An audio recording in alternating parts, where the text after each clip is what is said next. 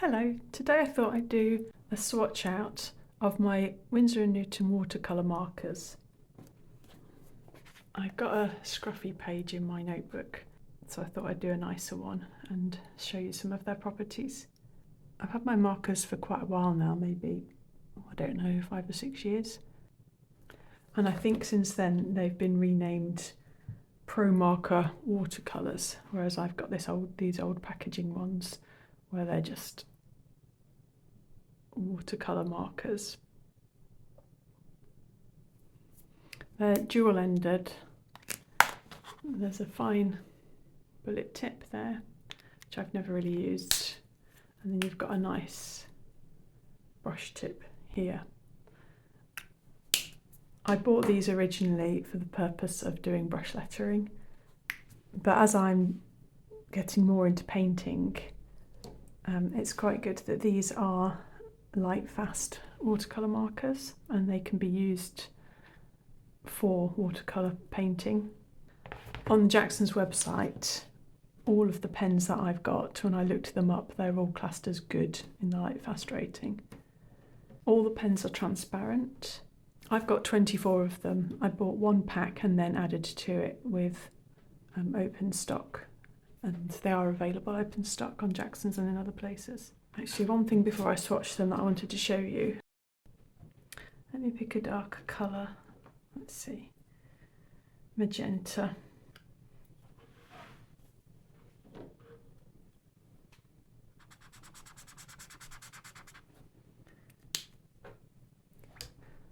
So they're very bright, vivid colours. They have pigment information for all of them, or all the ones that I've got. Now I just wanted to show you, this is only pulp paper. This is Canson XL Watercolour paper. But you can see on here there's none of the original line from my marker remains. It blends in. But that's not the case for all papers. So here, I was just trying it out earlier. Here I've got some Jackson's own watercolour paper. And when I did the same, even when you do it straight away without letting it dry, you can see that on this paper, some of the original mark remains behind. So you might want to have an experiment with whatever paper you use. So you can, depending on the paper, you can draw directly onto the paper and blend it out. So I've got one spare colour in here. This is the tub I keep all of mine in. And I just keep a sheet of thin plastic. I think I cut it off some packaging. But you can use some plastic as a palette, colour on it, and then pick up your pigment that way.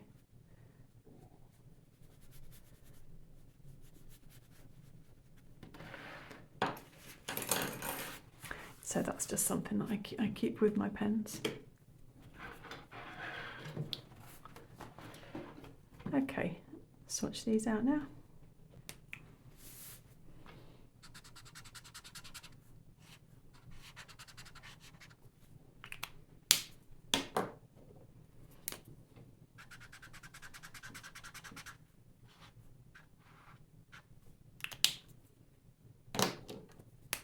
The colours are very vibrant. I dug these out today because I wanted to do just a rough sketch and use these as the background colour. I'll show you, I videoed the sketch, so I'll do a sped up version of it later.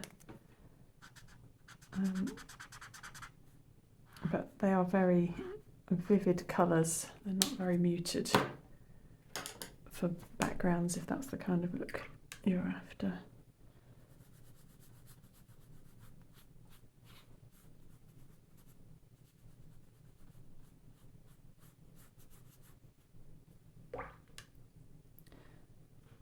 Oops.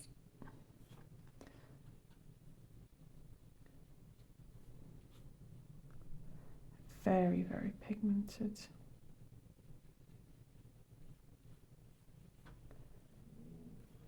We'll see if the marker original marks still remain with these ones that have been allowed to dry a bit longer.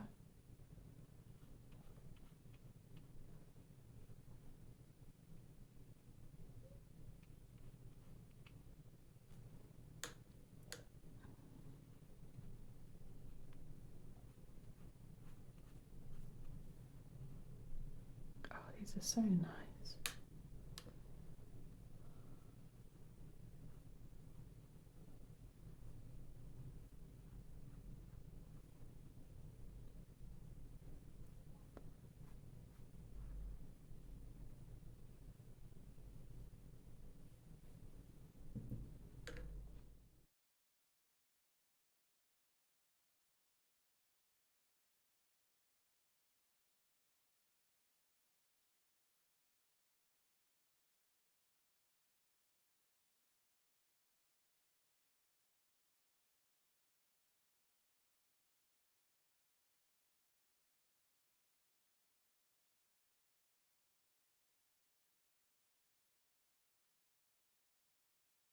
Now this one, I think should be brighter than this, but it's running out a bit. Or it's just dried up a bit. I'm actually impressed how well working most of them are, considering how long I've had them.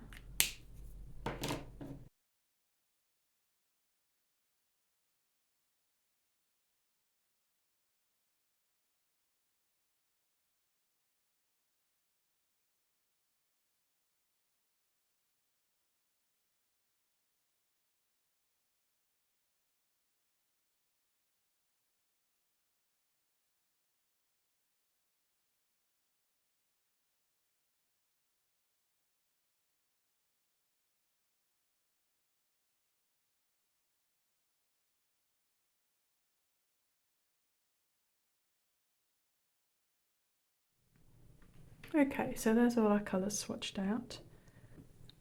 If I show you them up close. So some of the colours,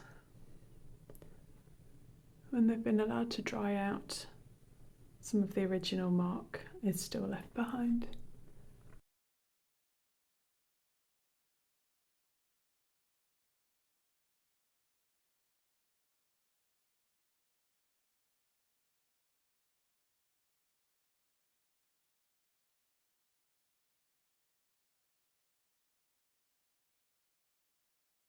A couple of other things to mention.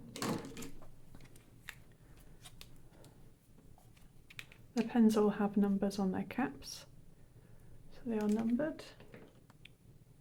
I'll just show you the finer end as well, so that that's capped under the pointy end, so it's easy to distinguish.